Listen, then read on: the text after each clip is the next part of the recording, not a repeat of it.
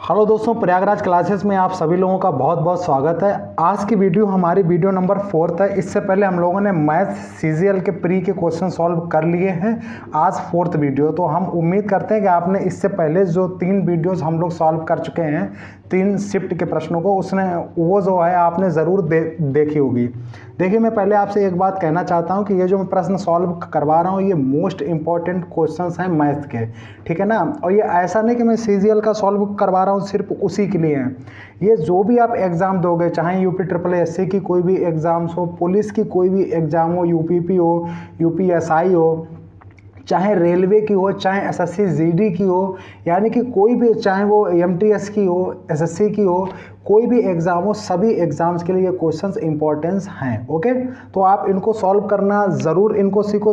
पहले कोशिश करो, खुद से कोशिश करो। जब खुद से ना बने तो फिर हमें कॉपी करो, हमें देखो, फिर उस तरीके से सॉल्व करो। प्लस ये भी समझो कि किस तरीके से किन क्वेश्चंस को सॉल्व करना है, मतलब कॉन्सेप्ट से सॉल्व करना है, और बहुत सारे प्रश्न हैं जिनको ऑप्शन से सॉल्व करना है। तो वो चीज़ें आप हमें देख देख के सीखो और आपकी स्पीड वहाँ से भी बनेगी।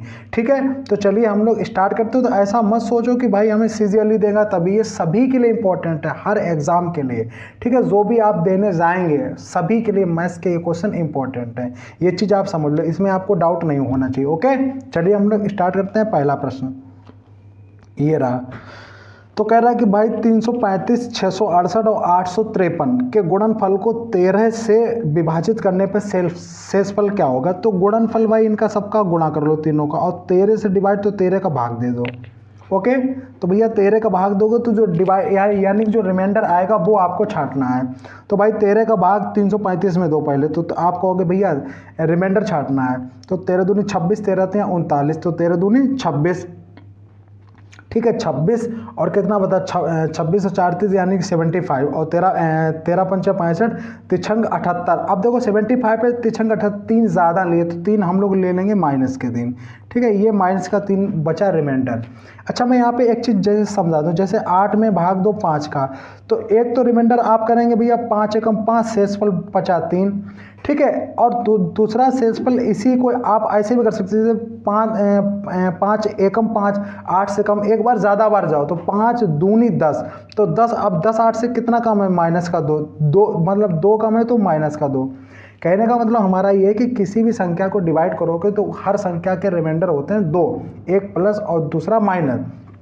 प्लस तो वो होता है कि जो हम लोग कम करके हमेशा अभी तक जो निकालते आ रहे हैं, जैसे 5 का 8 में भाग दिया, 5 एकम 5, शेषफल बचा 3। अगर दूसरा शेषफल हर संख्या के 2 होते हैं रिमाइंडर, तो या इसको बोल सकते हो कि भाई अब इसी संख्या में से घटा दो। एक तरीका और है कि 5 में से 3 गए, आप बोलोगे भैया 5 में से 3 गए 2, बस एक, अगर एक होता है प्लस का तो दूसरा होगा माइनस का। क्लियर है, ये रिमाइंडर आप समझ गए। अगर तो बस वही करना, जैसे हमने 13 का 335 में भाग दिया तो 13 दूनी 26, और 26 और 4 75 हुए, तो हमने कर दिया 75 हुए, तो 13 छंग 78, 3 ज़्यादा, तो 3 ज़्यादा बोलिए माइनस के 3। ओके, अब ऐसे ही भाग देना 13 का 608 में, तो भाई 13 चक्कू 52। ठीक है, 52, 8 हुए 88 हो गए। ठीक है, 88 हो गए, तो 13 पंचे 65, 13 छंग 78, 13 सत्ते 91, इसमें भी ज़्यादा ले लो तो 88 और 3 माइनस के 3 क्योंकि ज़्यादा हैं। ठीक है, तो अगर ज़्यादा होंगे तो हम लोग माइनस उसमें लगा लेंगे। ठीक है, अब 13 का 853, तो 13 पंचे 13 छंग 78, 78 और 85 कितने बचे, 7। ठीक है, तो कितने बचे, 7। तो फिर आप करना चाहो तो 13 छंग 13 पंचे 65, 13 छंग 78, और 78 और 2 80, 7 73 हो गए ना। तो 13 पंचे 65, और 65 और 73 कितना होगा, 65 और 5 70 प्लस के 8, क्योंकि हम लोग कम ले रहे हैं। ठीक है, 65 से 73 जाओगे, 5 और 5 3 8 8। बस इन तीनों का जो रिमाइंडर थे ना, इन तीनों का आपका आपस में मल्टीप्लाई करना है। तो भाई देखो, तो 8 3 24, ठीक है ना, 8 3 24 और 24 3 72, फाइनली जो आया वो कितना आया, 72। क्या आया, 72। ठीक है, और वो भी देखो माइनस माइनस, अभी ये माइनस माइनस क्या हो गया, प्लस, यानी कि प्लस का 72 आया। अभी भी इस 72 में 13 का भाग जा सकता है, बिल्कुल जा सकता है। फिर भाग दे लो, जब तक चलता जाए तब तक आप देते रहो।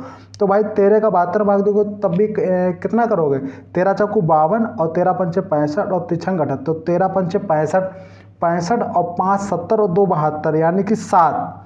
13 का 2 तो कितना शेषफल बचा 7। आप कहोगे भैया एक और शेषफल, क्योंकि सभी के 2 आते तो 13 और या अब इस 13 में से 7 घटाओ 6, लेकिन दूसरा आएगा माइनस का 6, बट माइनस का 6 ऑप्शन में नहीं है, तो इसलिए 7 आंसर होगा। तो इसके 2 आंसर है, 7 या -6। ओके चलिए, लेकिन जो हम लोग लेते हैं वो हमेशा लेते हैं प्लस वाला, ठीक है, जो तो अभी तक हम लोग यूज़ करते आ रहे हैं। आई होप कि इस प्रश्न को मैंने बहुत ज़्यादा समझा दिया, मतलब कॉन्सेप्चुअली भी, और इस प्रश्न को सॉल्व भी कर दिया है। ओके, अब देखो इस प्रश्न में टाइम लग गया लगभग 4 मिनट लग गई, जबकि इस प्रश्न को अगर एग्जाम में आप सॉल्व करते या फिर मैं सॉल्व करता तो मुश्किल से कितना था, 30 सेकेंड का। तो इसलिए वीडियो जाती है लंबी, ठीक है, परेशान मत होना, क्योंकि मैं कॉन्सेप्ट भी आपको बीच में बता रहा हूँ। ओके, आज मैं थोड़ा बोल नहीं पा रहा हूँ क्योंकि मेरी जीभ में थोड़ा छाला है, ठीक है, तो वो भी आप चीज़ों को समझे, इसलिए थोड़ा सा वर्ड हमको बोलने में दिक्कत हो रही है, मैंने आपको बता दिया, ठीक है। चलिए, अब आपको इसको सॉल्व करना है। देखो अब इसमें क्या होता है, सबसे पहले आपको भाग सॉल्व करना है, क्योंकि बोर्ड मास का रूल लगाना। तो 5 7 35, भाग सॉल्व कर लिया, 7 आ गया। अब किसको सॉल्व करना है, आपको गुणा सॉल्व करना है। तो भाई 15 7 105, 105, ठीक है। अब किसको सॉल्व करना है, आप कहोगे भैया माइनस को सॉल्व करना है। तो 105 में से 5 के कितने हैं, माइनस के 100, और माइनस के 100 में से 5 जोड़ोगे तो माइनस के 95 हैं ओवरऑल, ठीक है। यानी कि इस पूरी लाइन को सॉल्व करने के बाद ये आया, और नीचे 12 में से 2 गया 10, और 10 का भाग दोगे माइनस के 9.5, माइनस के 9.5, it is your answer A, ठीक है। सरल था, ज़्यादा इसमें बात नहीं करनी है। 7 का सबसे छोटा गुणज कौन सा है, बस ये पूछ रहा है। तो देखो 7 का सबसे छोटा गुणज, तो सबसे पहले हम लोग ऑप्शन में जाएंगे, आगे हमको सवाल पढ़ने की ज़रूरत ही नहीं है, क्या कह रहा कोई मतलब नहीं, ऑप्शन से जाओ सीधा। तो 7 का सबसे छोटा गुणज, तो 7 का पहले गुणज ढूंढो फिर छोटा ढूंढो उनमें बस। तो भैया 7 का गुणज 7 × 35, और 7 × 35 1 36, 15 नहीं होगा ये, 7 एकम 7, 7 एकम 7 3 38, 7 × 35, 7 × 35, ये आपका कट सकता है, ठीक है, ये आपका है। लेकिन और कोई ढूंढेंगे उसमें हमको छोटा वाला ढूंढना है आंसर। तो भाई 25 7 21, और 4 7 6 42, 5, ये भी नहीं 7 से कट रहा, ये 7 एकम 7, ये भी नहीं कट रहा। फाइनली इसमें एक ही कट रहा है, तो ये आंसर हो गया, बात कदम आगे बढ़ी। अगर 2 होते दोनों में हम लोग छोटा ढूंढते उसे टिक करते, ये तो हो गया ऑप्शन से। अब इसको कॉन्सेप्चुअली कैसे सॉल्व करना वो भी समझ लो, ठीक है। तो अब इसको कॉन्सेप्चुअली करना है कि भैया 7 के सबसे जो 8 9 12 15 से विभाजित करने पर, तो पहले 8 9 12 15 का ले लो एलसीएम। तो 8 9 12 15 का एलसीएम कैसे लेते हैं, बड़ी बड़ी संख्याओं का आपस में मल्टीप्लाई कर लो। तो 15 और 12 का मल्टीप्लाई करोगे, 15 दूनी 30, और 15 के 15 3 18, 180। अब 180 देखो 15 से 180 कट रहे हैं, बिल्कुल कट रहे हैं। 12 से 12 के 12, 12 5 60, 9 से 8 से सबसे कट रहे हैं। 8 दूनी 16, और 8 दूनी 16, और कितने हुए, 2 बचे। 8 से नहीं कट रहे 180 ना, क्योंकि 8 दूनी 16, 20 तो नहीं कट रहे, तो इसमें 2 का डिवाइड और कर लो, तो 360। तो 360 से अब सब कट रहा है, यानी कि फाइनली जो एलसीएम है, एलसीएम निकालने की ये तरीका है, ठीक है। तो एलसीएम कितना आया, आप बोलोगे भैया 360 आया, ठीक है। एलसीएम कितना है, 360। अब वो कह रहा है विभाजित करें प्रत्येक स्थिति में शेष बचे 5, ये देखो ये शेष बचे 5, तो भाई 360 है, इसमें प्रत्येक स्थिति में शेष जो कितना बचे 5, तो शेष को तो हम लोग जोड़ लें। लेकिन ये जो हो ना, ये इसमें ऐसा कोई गुणांक हो जो 7 से कट जाए, ये है बेसिक, इसमें कुछ नहीं। अब पहले 7 का 360 से डिवाइड करो, देखो कितने बार जा रहा। तो आप कहोगे भैया 7 × 35 और 1 36, 7 एकम 7, 3 के लास्ट में कितना बच रहा, 3 के प्लस 5, मतलब यहाँ से हमने 7 का भाग दिया तो ये शेष बच रहा। अब के की वैल्यू ऐसी लो जो 7 से कट जाए, मतलब के की ऐसी वैल्यू लो जो 7 से कट जाए 5 को जोड़ने के बाद भी। तो आप कहोगे के की वैल्यू 1 नहीं कटेगी, 2 नहीं कटेगी, 3 नहीं कटेगी, 4 3 12, 5 नहीं कटेगी, 5 3 15, 5 20 नहीं कटेगी, 6 18, 18 और 5 18, और 2 20, और 20 और 3 23 नहीं कटेगी, 7 21, और 5 नहीं कटेगी, 8 24, 5 29 नहीं कटेगी, 9 27, और 7 5 12, 27 और 32 नहीं कटेगी। फिर क्या कटेगी, कुछ गड़बड़ कर दिया क्या? देखो भाई प्रत्येक स्थिति में 8 9 12 15 का विभाजित के प्रत्येक स्थिति में 5 से बचते 7 का गुणा, तो सही तो है। जरा देखो हम लोग वो तो नहीं किए। 7 × 35 और 1 36, 10 हुआ। 10 का अब हम लोग भाग देंगे 10 में, तो 7 मतलब 7 एकम 7, तो फाइनली कितना बचा 3, ठीक है ना, क्योंकि देखो 7 × 35 और 1 36, 7 में 3 के प्लस 5। अब के की वैल्यू ऐसी रखो, अच्छा 5 जोड़ना भी तो है, हम इसीलिए वो कर रहे हैं 3 के नहीं प्लस 5 जोड़ के भी। तो भाई के की वैल्यू 1 लो तो 3 एकम 3 नहीं हो रहा, 2 लो 3 दूनी 6 5 11, 3 लोगे 3 तुका 9 5 14, 3 लोगे तो कट रहा है, देखो 3 लो तो 3 तुका 9 और 5 14, 7 से कट रहा है, यानी फाइनली जो k की वैल्यू है वो कितनी है 3। यहाँ पे जो k की वैल्यू है वो कितनी है 3। अब k की वैल्यू 3 लोगे तो 360 का 3 में गुणा करो तो 0, ठीक है। तो 6 18 80 लगा, 1 3 9 1 10, 1080 और 5 1085, ये रहा बेसिक। तो आपने ये देखा कि ऑप्शन से कितना टाइम लगा, मुश्किल से 10-20 सेकंड, 10-15 सेकंड, और कॉन्सेप्ट से इतना टाइम लगा, लेकिन मैंने आपको दोनों बताएं, तो आप उसमें अप्लाई करना है एग्जाम में ऑप्शन वाला। ओके, चलिए ये प्रश्न है आपका, ये है पेट्रोल के मूल्य में 5% की वृद्धि कर दी जाती है। वृद्धि से पहले 82 रुपये प्रति लीटर पेट्रोल था, ठीक है, बाद में 5% की वृद्धि कर दी। एक आदमी हर महीने 3045 किलोमीटर चलाता है, यात्रा करता है अपनी मोटरसाइकिल से, 3045 किलोमीटर चलाता है। फिर कह रहा है उसकी कार जो है ना वो प्रति लीटर 15 किलोमीटर का माइलेज है, मतलब 1 लीटर में उसकी कार 15 किलोमीटर दौड़ती है, ठीक है। पेट्रोल के मूल्य में वृद्धि के कारण उस आदमी की यात्रा किए जाने वाले मासिक व्यय की कितनी वृद्धि हुई। ये पूछ रहा है कि उसकी खर्चा कितना बढ़ गया, जब उसके मूल्य में 5% की वृद्धि होगी तब खर्चा कितना बढ़ गया, ये पूछ रहा प्रश्न। तो भैया देखो 1 लीटर में 15 किलोमीटर भागती है, तो 3035 जो किलोमीटर है, तो अब जो 3045 किलोमीटर है, तो उसमें कितना लीटर खर्च होगा, तो 15 का भाग दे दो, आप कहोगे 15 दूनी 30 और भाग खाई 0, 15 × 45, 203 लीटर खाएगी अब, ठीक है। मतलब अब नहीं कि मतलब पूरा 3045 किलोमीटर तय करने में पूरे महीने में 203 लीटर उसकी जो है वो कार पेट्रोल फूंकती होगी, ठीक है। अब कह रहा है कि 82 रुपये प्रति लीटर था वजन, मतलब वजन में कह रहा हूँ, मतलब पैसा था उसका जो कीमत थी, ठीक है। तो 82 कर दो गुणा, तो यानी कि इतने रुपए का वो महीने भर में जो है वो भाई साहब पेट्रोल उड़ा देता था। लेकिन वो कह रहा है कि वृद्धि पूछ रहा है, तो वृद्धि कितनी हुई 5%, तो बस इसका जो है वो बस ये जानना चाह रहा है कि इसका 5%, तो 5% की वृद्धि यानी कि 5% ही इसका जो है जानना चाह रहा है, उस पैसे का जो वृद्धि हुई है वही, तो निकाल लो 5, तो ठीक है। तो 5 को निकालने के लिए ये कितने थे, आप कहोगे 3045, अच्छा 203 आया। तो अब देखो 5 का एक काम करो, 5 का हम लोग भाग दें तो 5 दूनी 10, 20 आ गया, इस 2 से 1 8, 2 चाकू 8, 2 चाकू 8, 2 एकम 2, 41 का 203 में करो गुणा, फिर 10 का भाग देना है, तो 41 का 203 में दोगे ना गुणा, तो 41 का अगर इसको 40 मानो, ठीक है, 1 और 40 मान लो इसको, ठीक है। थोड़ा कम करके देखते हैं, तो 0 से आपका नीचे वाला 10 गया, 4 का भाग दे लो, तो 4 3 12, 4 दूनी 8, 812 से कुछ ज़्यादा आंसर होगा, तो 812 से कुछ ज़्यादा यही आंसर है, 832, ठीक है। क्योंकि 812 से कुछ ज़्यादा यही मिल रहा है, क्योंकि हमने इधर 41 को 40 मान लिया था, क्योंकि नीचे वाला 0 कट जाएगा, 4 का भाग दे लो, तो फाइनली हमारा 832 आंसर। इस तरीके से आप एग्जाम में कर सकते हो। चलो मैं इसको एक बार प्रॉपरली भी करता हूँ, नहीं तो आप कहोगे ऐसा तो नहीं सर ने बिड़ा दिया हो, ठीक है ना। चलो इसको प्रॉपरली करते हैं। 41 का 203 में ज़रा गुणा करो, तो भैया 203 का 41 में गुणा करोगे तो आएगा 203 और 4 3 12, 4 दूनी 8, तो कितना होगा 3 2 3 8, ठीक है। 3 2 कितना होगा 3 2 और 3 8। अब इसमें भाग दो तो 800 कितना है, ये 832 832.3, क्योंकि 3 2 3 8, हाँ 832.3, 832.3 का मतलब 832, ठीक है। अब तो आप हो गए सेटिस्फाइड, आप हो गए बिल्कुल। तो इस तरीके से चीज़ें करो। आगे देखते हैं दोस्त मेरे, एक व्यापारी, अब देखो 425 में बेचता है, 15% गहाने 5% लाभ करने के लिए किसी वस्तु को मिले। इस प्रकार का क्वेश्चन देखते ही आपके हो जाना चाहिए, कितने परसेंट लाभ चाहता, 5%, मतलब 105, हानि कितने हुई 15%, यानी कि 85, और टोटल मूल्य कितना है 425 का कर दो गुणा, बस बात खत्म हो गई। सीधा इस तरीके क्वेश्चन को सीधा इस फॉर्म में लाओ, ठीक है, मैंने आपको बताया भी था। अब भैया इस तरीके से करने के लिए आप कहोगे 5 से काट दो, 17 पंचे 85, 5 दूनी 10, 5 एकम 5, 17 से काट दो, 17 दूनी 34, 17 दूनी 34, 34 और 6 8, 17 पंचे 85, ये हो गया। तो 85 का 21, 25 का 21 में गुणा करो, तो 25 एकम 25, हासिल लगा 2, 25 दूनी 50 और 2 52, फाइनली 525 आपका आंसर हो गया, ठीक है। आप कहोगे बिल्कुल एक वस्तु का अंकित मूल्य 625 है, अंकित मूल्य पे 32% छूट। अब 32% छूट जो होगी ना वो इसी पे तो होगी, आप कहोगे बिल्कुल अंकित मूल्य पे ही होती है, एमआरपी पे छूट होती है, डिस्काउंट।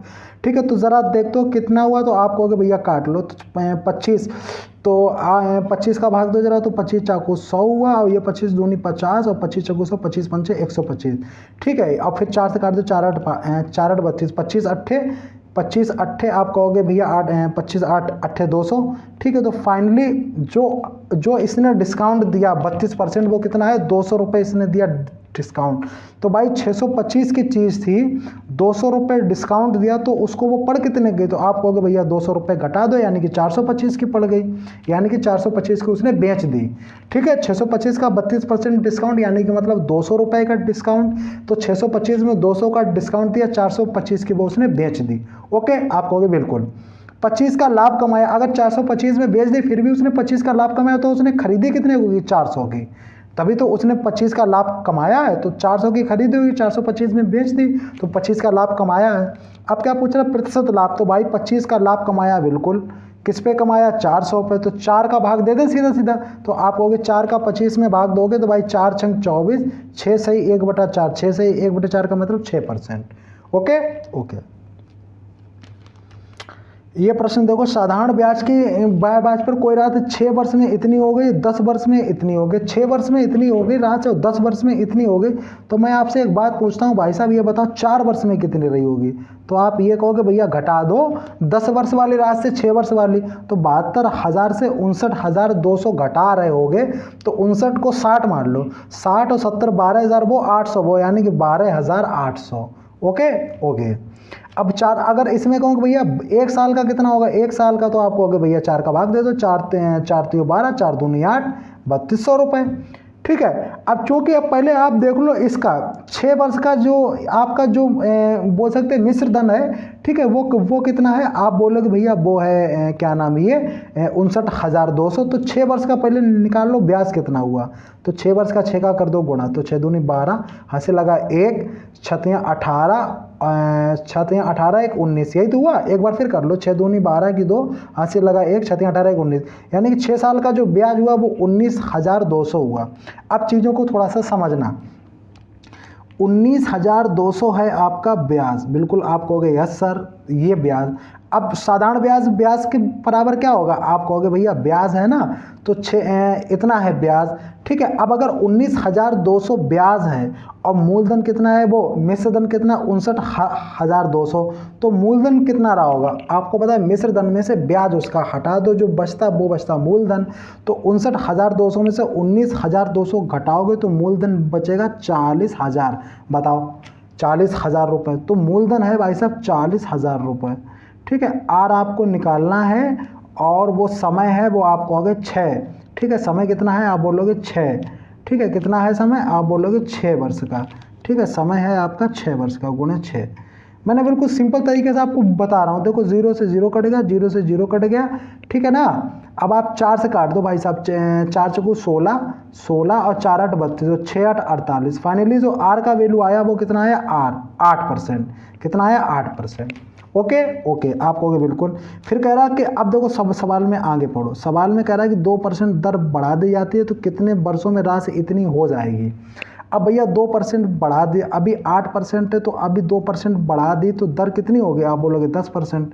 2% उसने बढ़ा दी तो 10% हो गई दर, ये आर हो गया हमारा। ओके, और हमारा मूलधन कितना है, आप बोलोगे मूलधन अभी भैया आपने निकाला 40,000 रुपये।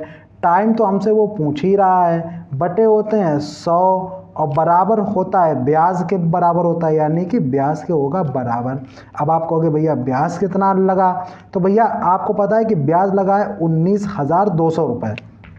नहीं, अभी वो कह रहा है कि कितनी राशि 76,000 हो जाती है, तो मूलधन अगर हमारा 40,000 है, तो 40,000 से राशि अगर 76,000 हो गई तो कितना ब्याज पड़ा होगा, आप कहोगे भैया 40 और 76 हो गए, 4 3 7 36,000, इतने इतिहास पढ़ा होगा, कितना पढ़ा होगा?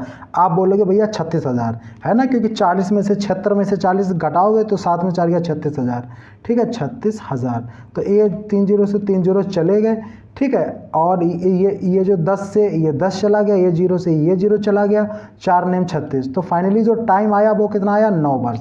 तो इसका जो आंसर है वो कितना है? 9 वर्ष। ओके, आपको सिंपल तरीके से, बिल्कुल बेसिक तरीके से मैंने ये चीज़ सिखाई है, ठीक है। आप कहोगे बिल्कुल भैया। अगला क्वेश्चन दोस्त ये आपके सामने ये रहा, इसको पहले पढ़ो। ए बी से 8 वर्ष छोटा है यदि 4 वर्ष पहले इनकी आयु का अनुपात ये था तो बी की आयु। देखो कितनी भी वर्ष के बाद और कितनी भी वर्ष से पहले आयु का जो रेशियो होता है वो उसमें कोई चेंजेस नहीं होता है। जैसे मान लो, जैसे मैं आपको एग्जांपल से समझाता हूँ, चीज़ों को समझ लो। जैसे हमारी अभी आयु 12 साल है, मान लो 12 साल के, ठीक है मान लो। और मेरे पिताजी की आयु मान लो इस समय है, आप कह सकते हो कितनी है? 36 साल है। कितनी है? आप बोलोगे 36 साल। तो अभी हमारे और पिताजी की आयु का रेशियो है 12 3 36, 1 और 3 है। कोई दिक्कत? कोई दिक्कत नहीं है। अब अगर हम ये कहें कि भैया एक बात बताओ, अब हम ये कहें कि अगर जो है क्या नाम, अगर हम लोग जो है, अगर इसमें जो है, अगर हम लोग जोड़ लें कि 6 साल बाद बताओ, ठीक है। तो 6 साल बाद आप कहोगे भैया 6 साल बाद ये 12 साल के जो हम होंगे ना, तो 6 साल बाद होंगे आप कहोगे 18 साल के, और पिताजी हमारे होंगे 42 साल के। तो 18 एकम 18, ठीक है। ये कुछ कट रहा है क्या? 18 एकम 6 से काट दो, 6 6 18 6 7 42, ठीक है। तो 3 एकम 3, कुछ गड़बड़ हो रहा, मुझे लगता है कुछ यहाँ पे गड़बड़ हो रहा है। फिर भी चलो मैं आपको दूसरी बार से एग्जांपल से समझाता हूँ, ठीक है। क्योंकि आयु में कितने भी वर्ष छोटे होने पे फ़र्क नहीं पड़ने वाला है। जैसे अभी अगर रेशियो 2:3 है, हमको रेशियो लेना ना, रेशियो में फ़र्क नहीं पड़ना है, ठीक है। तो 2 रेशियो अभी 3 है। अभी अगर हम लोग बात करें कि भैया अगर ये बताओ कि 4 साल बाद कितना होगा, तो 4 साल बाद भी अगर जो भी होगा तो दोनों में ऐड होगा, क्योंकि ऐड तो दोनों में होगा ना। तो जब दोनों में ऐड होगा तो उनके रेशियो में कोई फ़र्क पड़ने वाला नहीं, हम ये कहने वाले हैं। क्योंकि वो दोनों से दोनों कट जाएंगे, क्योंकि दोनों में 4 सालें बढ़ रही हैं और दोनों में 4 सालें घटेंगी। समझ रहे हो ना? तो ये मैं कहना चाह रहा हूँ। अब जैसे इसी प्रश्न है तो ये है, तो कह रहा है कि 4 वर्ष पहले इनकी आयु का अनुपात ये था, तो अभी भी आयु का अनुपात जो होगा वो इतना ही होगा, क्योंकि कितनी भी वर्ष पहले और कितनी वर्ष पहले उसके रेशियो में कोई फ़र्क पड़ता नहीं है, क्योंकि वो चीज़ें दोनों में बढ़ती हैं, दोनों में घटती हैं, वो दोनों में कट जाती हैं। चलिए, तो ए बी से 8 वर्ष छोटा है, तो 4 वर्ष पहले भी तो 8 वर्ष छोटा है। यहाँ ए बी से कितना जो है, ए बी से 8 वर्ष छोटा है, तो यहाँ ए बी से 8 कितना छोटा? 1, उसका छोटा कितना? 8, तो 1 बराबर 8। ओके। वो कह रहा है बी की, यहाँ पे कह रहा है बी की वर्तमान आयु याद करो, तो बी की आयु कितनी है? 2, तो 2 का इसमें कर देना गुणा, तो 16 है। अब 16 वर्ष जो आ गई है बी की, वो कह रहा है वो 4 वर्ष पहले है, और वो वर्तमान पूछ रहा है। तो अभी अगर 4 वर्ष पहले 16 है, तो अभी वर्तमान कितनी होगी? 20, क्योंकि 4 साल उसमें जुड़ेंगे। कोई दिक्कत नहीं, आप होगे।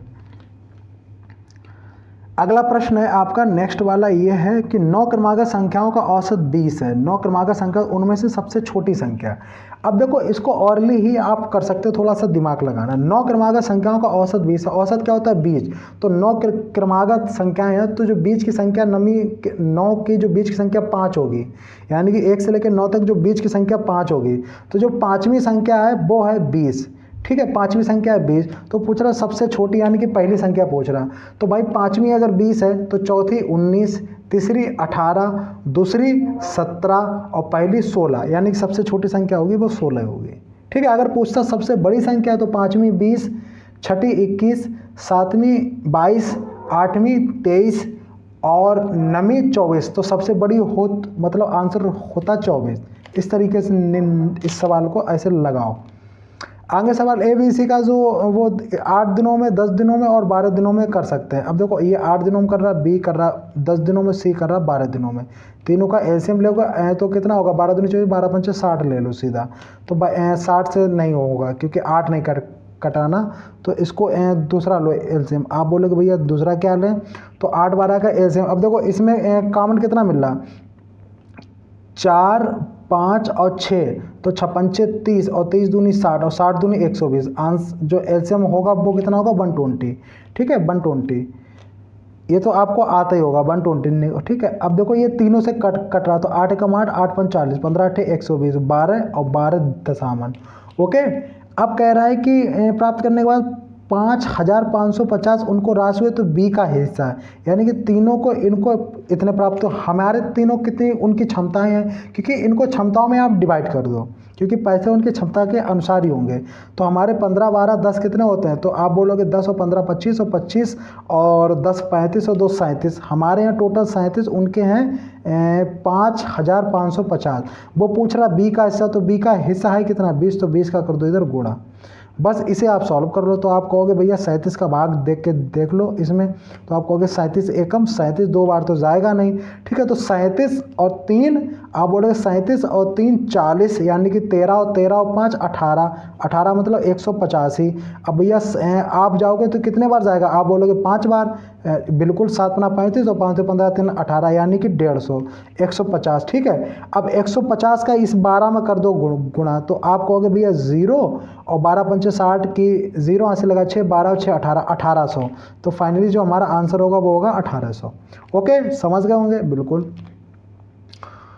दो ट्रेनों की चाल का अनुपात, यानी कि B1 है ये B2 है, ठीक है। ये आपका B1 है B2 है। यदि पहली ट्रेन 5 घंटे में 250 किलोमीटर, तो चाल का मतलब कितना होगा 250 किलोमीटर बटे 5, यानी कि 5 25 50 किलोमीटर प्रति आवर, ठीक है। तो चाल कितनी है 50 किलोमीटर प्रति आवर की चाल है, ठीक है। तो कह रहा दोनों ट्रेनों की चालों का योग, तो ये पहली ट्रेन हमारी ट्रेन कितनी है 2, इनकी है 50, तो कितने गुना है, आप बोलोगे भैया 2 से 50 काट दो 25 गुना है।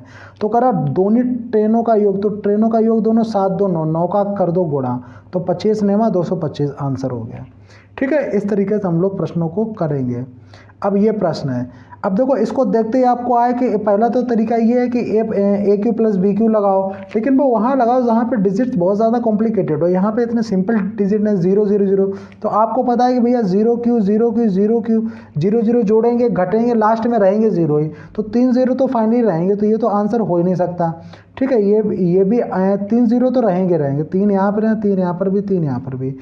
अब ठीक है, तो ये चीज़ आप मान सकते हो। चलिए अब हम लोग इसको सॉल्व कर ले। तो भैया 7 का क्यों कितना होता है, क्योंकि 3 0 रहेंगे बट डिजिट पे खेल करना है, 7 और 2 9, तो आप कहोगे भैया 343, ठीक है, क्योंकि 7 7 49 343, और इसमें 2 दूनी 4 दूनी 8 जोड़ दो, तो आप कहोगे भैया 8 3 11 80 लगा 1 5 351, और इसमें से जो 9 का क्यू है वो आप घटाओ, तो 9 ने 81 729, 729 ये माइनस किया तो घटाओगे तो फाइनली आंसर होगा माइनस वाला।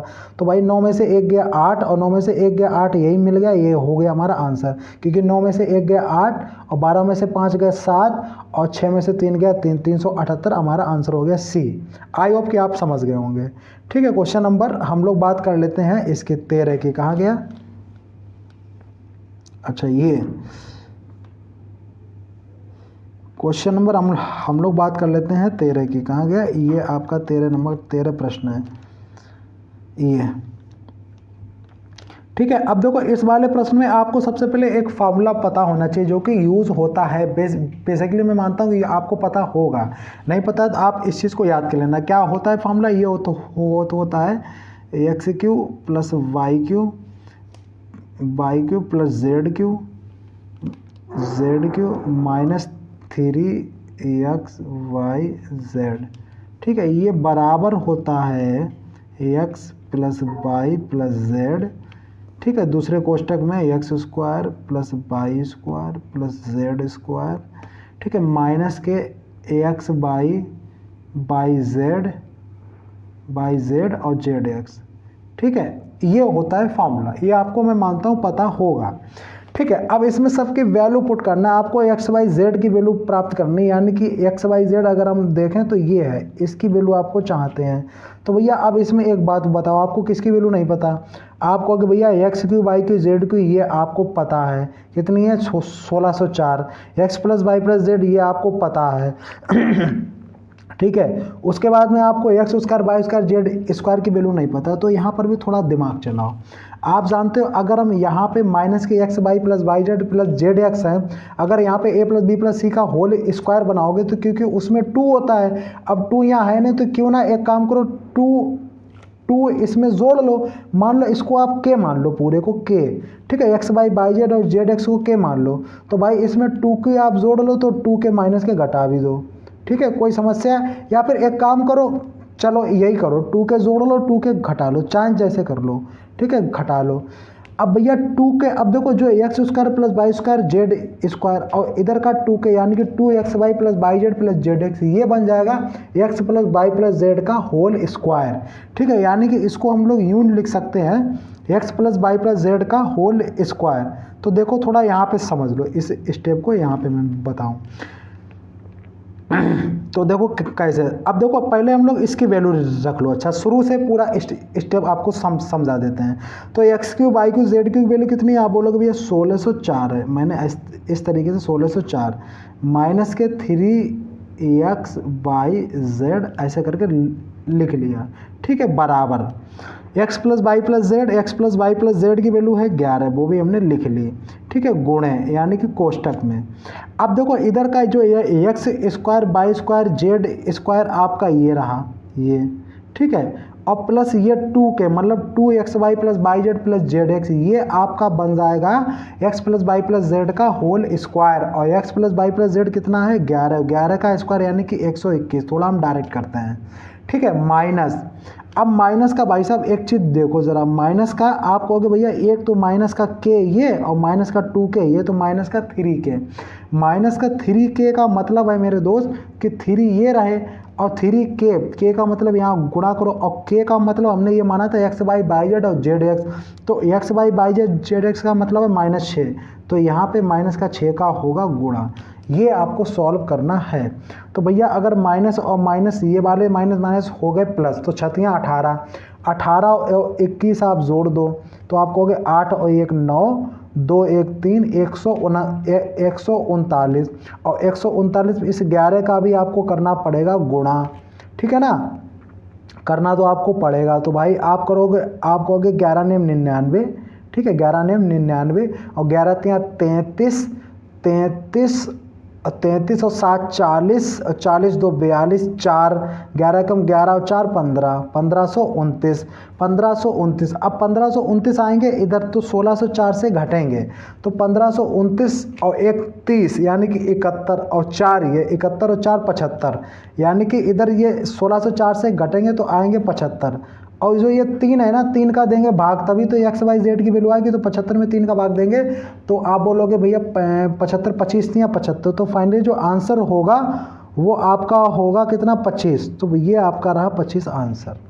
अब इसको समझाने में वक्त लग रहा है, लेकिन जब आप इम्प्लीमेंट करोगे तो वक्त नहीं आपको लगेगा, ये मैं जानता हूँ, ठीक है। आगे हम लोग दोस्त बढ़ जाते हैं क्वेश्चन नंबर 14 की ओर। अब देखो 25 में 2-3 प्रश्न ऐसे होंगे जिसमें वक्त लगेगा, लेकिन 25 में 20-22 प्रश्न होंगे जिसमें वक्त नहीं लगेगा, ये भी मैं बता रहा हूँ। समकोण त्रिभुज के 2 लंबवत भुजाओं का अंतर। अब ये एक समकोण त्रिभुज है जिसकी 2 लंबवत भुजाएं मान लो, ए मान लो ये बी मान लो, उनका अंतर तो a माइनस बी कितना है, अंतर है 17। इसका क्षेत्रफल क्या होता है, हाफ आधार गुणे लंब यानी कि a गुणे b, क्षेत्रफल कितना है 84। तो कह रहा त्रिभुज का परिमाण मतलब तीनों भुजाओं का ए बी और बी, इसे मान लो सी, तो ए बी सी का प्लस पूछ रहा है। तो एक तो वैसे तरीका बहुत बड़ा होगा, तो ऐसे समझ लो कि यहाँ पे ए क्रॉस बी अगर आप निकालना चाहो तो 2 का इधर हो जाएगा गुणा, ठीक है। तो गुणा ना करके थोड़ा सिंपल तरीके से करो, तो 2 तो है ही, इसमें से कुछ बाहर निकाल लो, 84 को थोड़ा सिंपल कर लो। तो 84 को सिंपल करके 2 तो ये था ही था, मैं कह रहा हूँ 4 और बाहर निकाल लो, तो 21 चाकू 84, 21 और 4 यहाँ 2 यहाँ 4 8 कर लेते, 2 ये और 4 हमने यहाँ से बाहर निकाल लेते, 4 दूनी 8, 21 चाकू 84। ये हमने क्यों कर लिया अभी मुझे नहीं पता है, ठीक है, मुझे पता है कुछ अलग कर लो, संख्याएं बिखेर लो, तो वहाँ से कुछ ना कुछ हमको पता चलेगा आई थिंक, ठीक है। अच्छा a माइनस बी 17 है और a माइनस बी 21 में से 8। अब आप देखो यकीन नहीं करोगे कि 21 17 और 8, 21 में से 8 गए, 21 और 20, और 20 में से कितने गए, 20 में से 7 गए, जरा घटाओ, 21 में से 8 गए, तो 21 में से 8 जरा गुणा करो तो आएगा इतना, और 21 में से 8 घटाओ कितने आ रहा है, 21 में से 8 घटाओ तो आप कहोगे भैया 21 से हाफ a क्रॉस बी इसका क्षेत्रफल, तो आप कहोगे भैया 21 में से 8 गए 2 चाकू 8, अरे नहीं घटा पा रहा है, 20 13 बचे, कितने बचे 13, और चूंकि है हमारे 17 यानी कि ये अप्लाई नहीं हो रहा है, कुछ और आपको करना पड़ेगा। ठीक है, तो अब क्या करना पड़ेगा जरा सोचते हैं। अब कुछ ऐसे संख्या लाओ, अब जैसे 21 दूनी 42 लाते हैं तो 42 चाकू करते हैं, वो भी नहीं होगा क्योंकि 42 में से 4 घटा के भी आपको 17 की प्राप्ति नहीं होगी। तो एक काम करो, इसे 3 और 7 और कर लो, अब देखो कुछ मिलेगा। अब क्यों ना हम लोग इसका 8 और 24 का करें, तो 8 3 24 और 24 में से 7 गए 17, 24 में से 7 गए 17, मिल गया। अगर नहीं मिलता तो इस तरीके से ढूंढ लेते हैं संख्याओं में। 24 में से आप बोलो 8 थे, 24 में से 7 गए, 24 में से 7 गए 17, यानी कि ए हो गया हमारा 24 और बी हो गया 7। अब 24 और 7 का जो मल्टीप्लाई है वो भी हमारा ए भी प्राप्त हो रहा है, और 24 और 7 का जो अंतर है वो भी हमें 17 प्राप्त हो रहा है। ठीक है, ओवरऑल आप मेरी बात को समझ गए होंगे, बहुत अच्छी बात है। अब ए हमको ये प्राप्त हो गया दोस्त 24, ये प्राप्त हो चलो ये हाँ, और ये हो गया 7।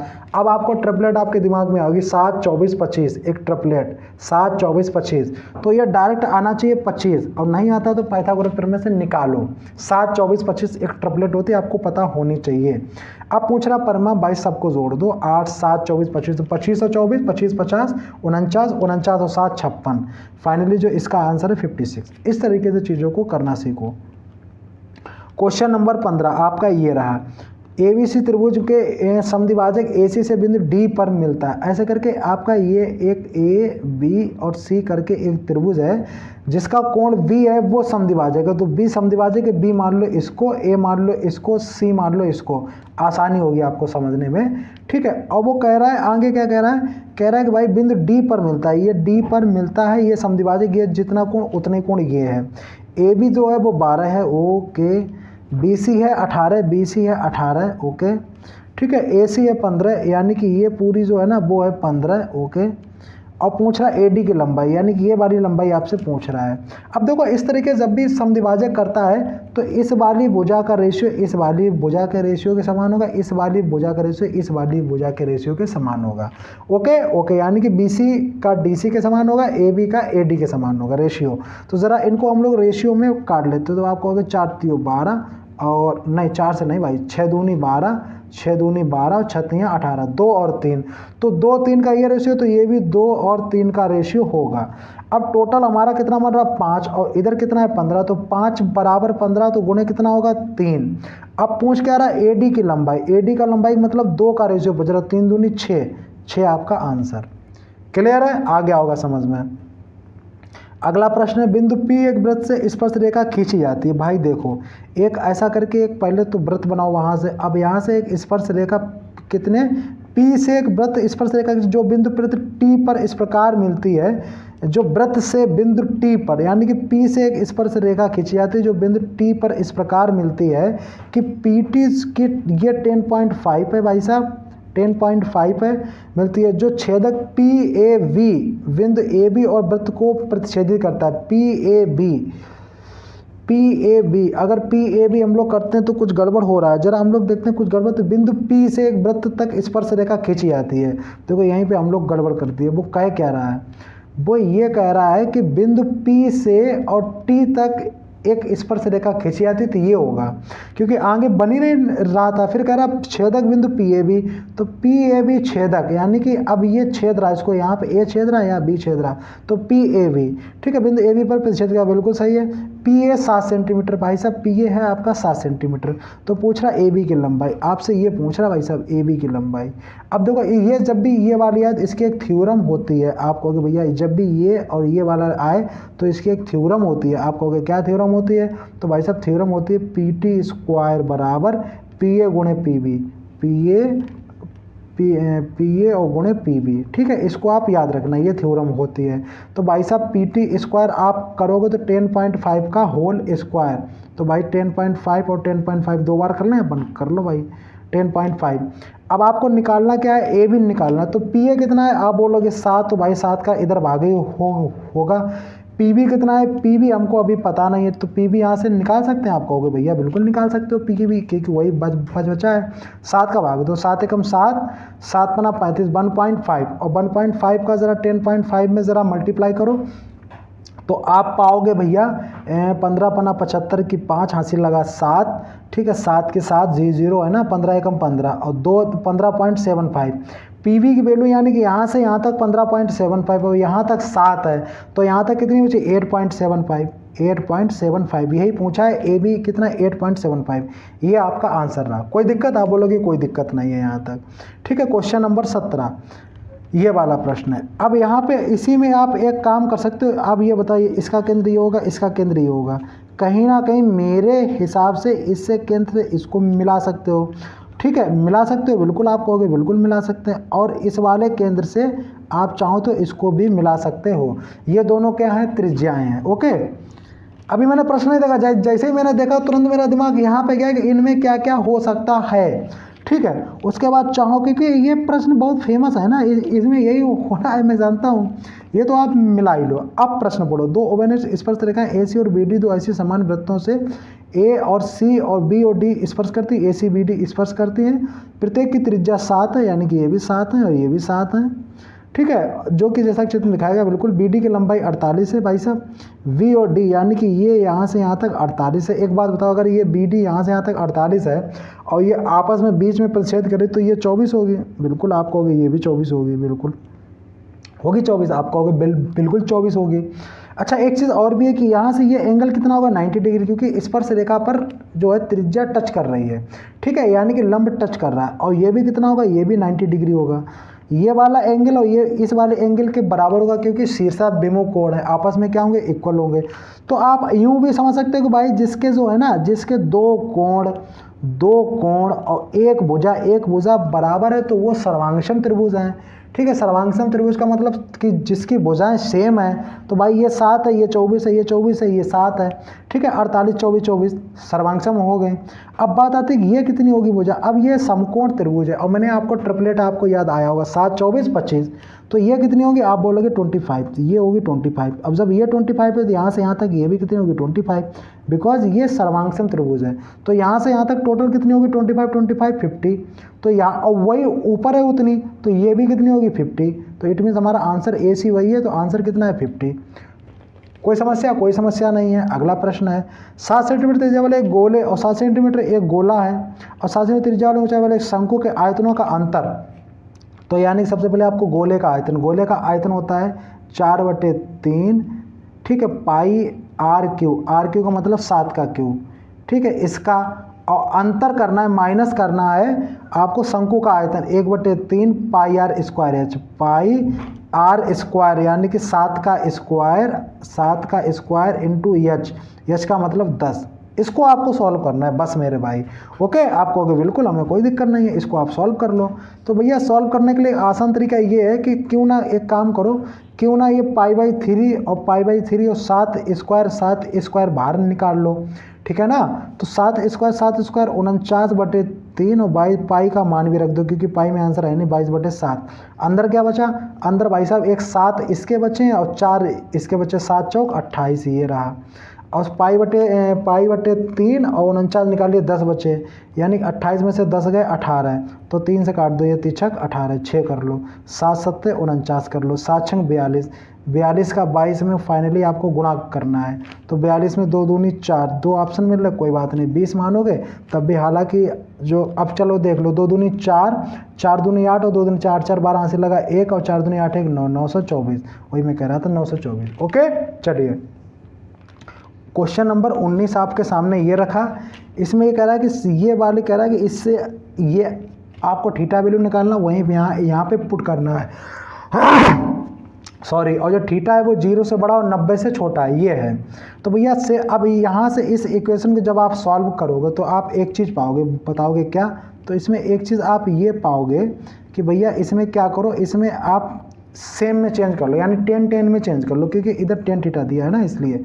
तो भाई 10 स्क्वायर करेंगे तो सेक स्क्वायर थीटा क्या होता है, sec square minus 10 square theta बराबर 1 होता है। तो सेक स्क्वायर थीटा क्या होगा 1 + 10 स्क्वायर थीटा। तो भाई साहब 1 + 10 स्क्वायर थीटा कर लो, +10 थीटा माइनस के 7 बराबर 0।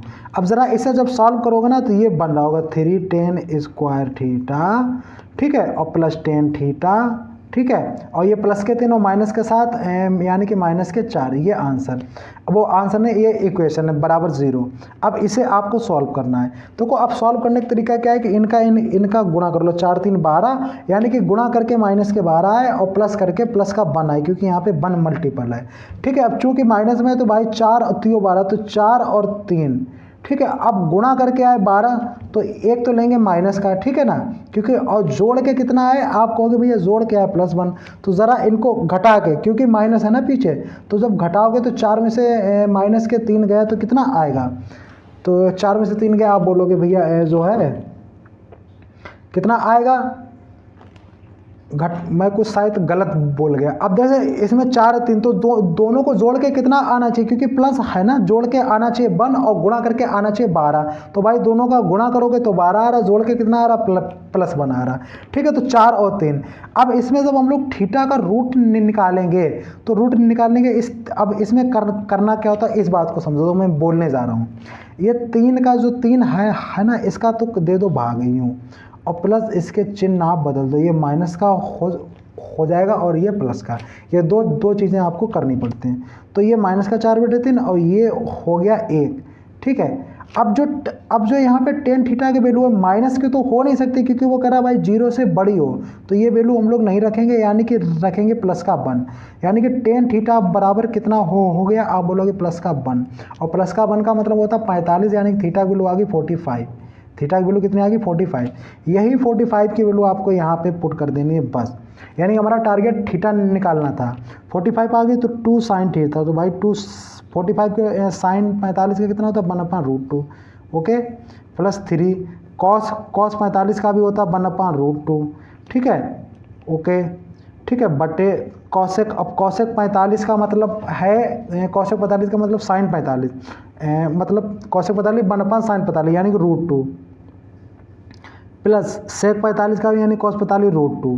तो कुल मिला के भाई साहब ये ऊपर तो आपका हो गया 5/√2, यानी कि ऊपर तो हो गया आपका, अगर मैं इसको सॉल्व करूँ 5/√2, ठीक है ना, और अपान में 2√2, अपान में कितना है भाई, √2, ये कितना है 2√2, 2√2 का √2 में होगा गुणा, तो 2 दूनी 4, 5/4, यानी फाइनली जो हमारा आंसर है वो 5/4 है। आप भी इसको सॉल्व करके अपनी कॉपी पे निकाल सकते हो, मैंने समझा दिया है। अगला क्वेश्चन 20वां आपके सामने है, कॉट बी की वैल्यू 12 और 5 है। अब देखो यहाँ इसको देख के ही ना मेरे एक बात समझ में आती है कि भाई कॉट बी की 12 5 है, यानी ये 12 होगी और ये होगी 5, और जब 12 5 होगी तो ये कितनी होगी, 13 होगी। सेक भी पूछ रहा था भाई, सेक भी क्या होता है, आपको पता है भैया कि सेक भी होता है कर्ण बटे आधार, तो कर्ण कितना है, आप बोलोगे 13, आधार है 12, 13/12 आंसर हो गया। ठीक है, क्योंकि आपको पता है कि लाल बटे क्या होता है, कक्का, लाल बटे कक्का, तो सेक क्या होता है, कर्ण बटे आधार, तो भाई कर्ण कितना है 13, आधार है 12, तो 13/12 आंसर हो गया। क्वेश्चन नंबर 21 आपके सामने है, ये है 21। ठीक है, चलो मैं ये ले लेता हूँ, सीखते हैं, पढ़ते हैं भाई। एक ऊर्ध्वाधर खंभा है, ओके, एक ऊर्ध्वाधर मीनार है, चलो मीनार थोड़ी जाहिर सी बात है उससे ऊंची होगी।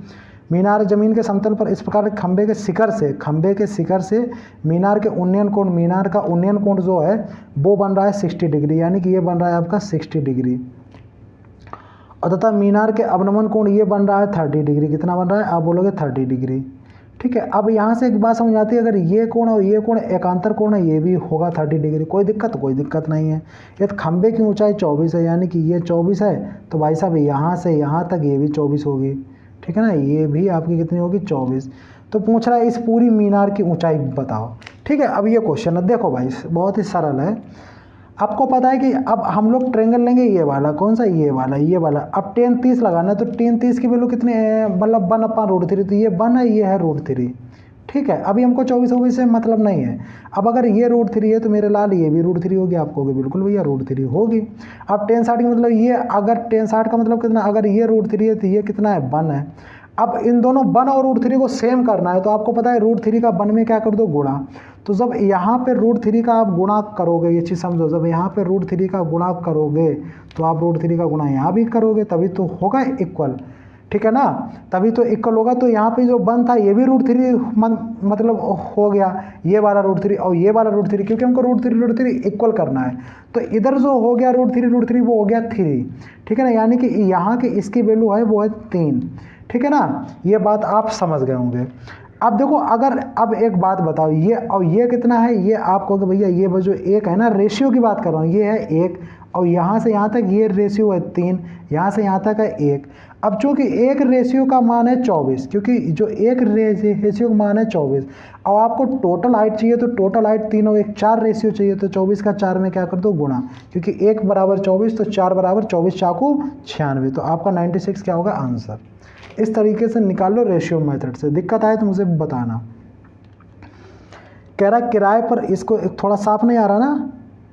अब ये कह रहा है कि किराए पर खर्च की गई राशि पारिवारिक आय का कितना खर्च है, किराए पर की गई खर्च। अब मुझे भी शायद नहीं दिख रहा, तो आपको क्या दिखेगा, ठीक है, रेंट, मुझे लगता है यही लिखा है रेंट, और रेंट लिखा है 60, जहाँ तक मैं देख पा रहा हूँ। आंसर से बात करता हूँ 60।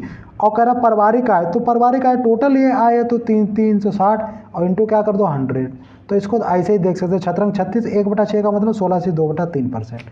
सरल है, कोई दिक्कत नहीं। थोड़ा सा दिखने में प्रॉब्लम है, अगले वाले में देखते हैं। अगला वाला साफ दिख रहा है, ठीक है। ये वाला अगला वाला प्रश्न कह रहा 2014 से 18 तक, 2014 से 18 तक ए प्रकार के कार, ए मतलब है ब्लू वाले, नीले वाले, तो ए सारे जोड़ लो, ठीक है। कुल निर्यात, तो भाई ब्लू वाले सारे जोड़ने पड़ेंगे, तो 200 और 150 350, 350 और कितने हैं 350, इधर से ज़रा जोड़ोगे तो 350 और 300 650, 650 और 100 750, ठीक है ना। 750 और 75 825, 825 और 75 900 2 1100, फाइनली जो सारे मैंने जोड़ लिए कितने आए 1100, ठीक है। ए प्रकार के। और 2015 और 17 में बी प्रकार के कार, 2014 और 18 में ए प्रकार के कारों का। 2014 और 18 की बात कर रहा है कि 2014 से 2018 तक की बात कर रही है, ये चीज़ पहले कंफर्म करो भाई। वो सिर्फ 2014 और 18 की बात कर रहा है, ना कि 2014 से 2018 तक, ठीक है। तो हम लोग ये 11 टोटल नहीं गिन सकते, ये बात भी समझो। तो 2014 और 18 यानी कि 2014 और 18 की बात कर रहा है, तो ब्लू वाले कितने हैं 500, ठीक है। इधर 2015 और 2017 बी वाले की बात कर रहा है, 2015 2000 यानी कि 2015 2017 है ना बी वाले। तो बी कितने हैं आप बोलोगे 275 और 250, ठीक है। तो 275 400 400 500 525, इनका रेशियो पूछ रहा फाइनली मुझे लगता है। चलो देखते हैं भाई। तो 25 का 25 दूनी 50 और 25 दूनी 50 और 2 बचा 25 से कम 25 20 21, ये आपका आंसर रहा। ओके, कोई दिक्कत नहीं है। नेक्स्ट क्वेश्चन, और शायद अभी 24 है, लास्ट सेकंड क्वेश्चन है ये, ठीक है। ये आपका 24 क्वेश्चन है। कितने छात्रों ने कुल अंकों के 2/3 से कम अंक प्राप्त किए। कुल अंक कितने हैं, कितने 30, और 30 का 2/3, 2/3 का मतलब है 20, यानी कि 20 अंक से कम अंक प्राप्त किए। कितने हैं जिन्हें 20 से कम प्राप्त किए, तो भाई 20 से जो कम वाले हैं ना वो यही तो हैं, यानी कि यहाँ से तो 20 से ज़्यादा वाले हैं, हमको कम वाले चाहिए, तो कम वाले यही तो हैं, यही तो हैं। तो कितने हैं, यही तो हैं 20 वाले कम, ये वाले 20 से कम है। तो आप कितने 8 और 7 15, 15 और 8 15, 5 20 और 3 23 और 23 और 2 25, यानी कि जो कितने हैं 25 हैं। आंसर हो गया, बात खत्म हो गई। नेक्स्ट क्वेश्चन है आपका ये है, ठीक है। ये आपका नेक्स्ट क्वेश्चन है आपका यहाँ पे, ठीक है। ये वाला ज़रा हम लोग देखते हैं भाई। ACE के कुल मिलाकर युवाओं की संख्या, BCD के मिलाकर रोजगार युवाओं की संख्या का अनुपात। ACE मिलाकर कुल युवाओं की संख्या, यूथ कितना है सिर्फ जो बिना डार्क का है, ठीक है। ACE मिलाकर कुल युवाओं की संख्या, तो भाई A C और E, तो भाई A कितने हैं 12 हैं, C कितने हैं 11.5 हैं, ठीक है। 12 और 11.5, तो ज़रा जोड़ो तो आपको 12 और 11.5 12 दूनी 24 23.5, ठीक है 23.5, और E कितना है 23.5 और 9 23.5 और 33.5, और में से एक घटा दो 32.5, यानी कि 32.5, ठीक है। और कह रहा है कि BCD के कुल मिलाकर रोजगार युवाएं, एम्प्लॉयड वाले मतलब डार्क वाले BCD, तो भाई BCD का मतलब ये 3 वाले लेना डार्क वाले, तो 7 और 10 17, 17 और 7.5, 17 और 3 20 और 20 और 24.5, ठीक है। कितना है 24.5, इनका आपका रेशियो लेना है। तो पॉइंट से पॉइंट कैंसिल हो गया, 5 से आप काट सकते हो भाई। तो 5 छक्का 30 और 2 बचा 55 25, यहाँ पे काटते हैं 5 को 20 और 4 5 ने 45, ठीक है। तो और तो कटेंगे नहीं, 65 49, ये आपका आंसर रहा। तो ये दोस्तों मैंने 25 के 25 क्वेश्चन आपको करा दिए हैं। मैं एक बार फिर कह रहा हूँ, ये सारे क्वेश्चन में मतलब अगर ये CGL के हैं तो ज़रूरी नहीं कि सारे प्रश्न CGL के लिए ही हैं। ये दुनिया की कोई भी एग्ज़ाम होगी, सब मैं कहूँगा हर एग्ज़ाम के मैथ्स के लिए मोस्ट इंपॉर्टेंट क्वेश्चंस हैं, क्योंकि मैथ में मैंने ये अपने एक्सपीरियंस से पाया कि वही क्वेश्चन रिपीट करता है, कभी यहाँ पे कभी यहाँ पे, उसी कॉन्सेप्ट पे। तो जो भी आप अगर SSC CGL की नहीं करें, किसी और की करें, तब भी आपके सारे प्रश्न सॉल्व करने हैं, और ये सभी इस सीरीज के सारे वीडियोज आपको सॉल्व करने हैं। अगर आपने इस सीरीज के अभी 4 वीडियोज हो चुके हैं इसको मिलाकर, और लगभग अभी 15-16 वीडियोज और होंगे। अगर आपने ये 20-21 वीडियो टोटल देख लिया ना, तो आपकी ये मान के चलिए मैथ में आपका एक अच्छी तैयारी हो जाएगी। मात्र ये 21 वीडियो यानी कि 500 के समथिंग आसपास प्रश्न सॉल्व करने का मतलब है कि आप मैथ में किसी भी एग्जाम में अगर सीख रहे हो, कॉन्सेप्ट सीख रहे हो ना, तो आप मैथ में किसी भी एग्जाम में 70% मार्क्स अचीव कर सकते हो। ये मैं कह रहा हूँ, पर यहाँ पे आपको भरोसा मैं आपको दिला रहा हूँ, ठीक है। तो प्लीज़ आपको ये हमारी मेहनत कैसी लगी है, चीज़ें कैसी लग रही, कमेंट्स किया करो, थोड़ा लाइक शेयर करो, ठीक है। चलिए दोस्तों, इसी के साथ में आप सभी लोगों को हमारा जय हिंद। आज दोस्तों हमारे छाला था, फिर भी मैंने आपकी क्लास ली, तो ये समझिए कि मैं इतनी मेहनत कर रहा हूँ, तो इसको थोड़ा सा आप समझिए, ठीक है। चलिए दोस्तों, एक बार फिर से आप सभी लोगों को मेरा जय हिंद।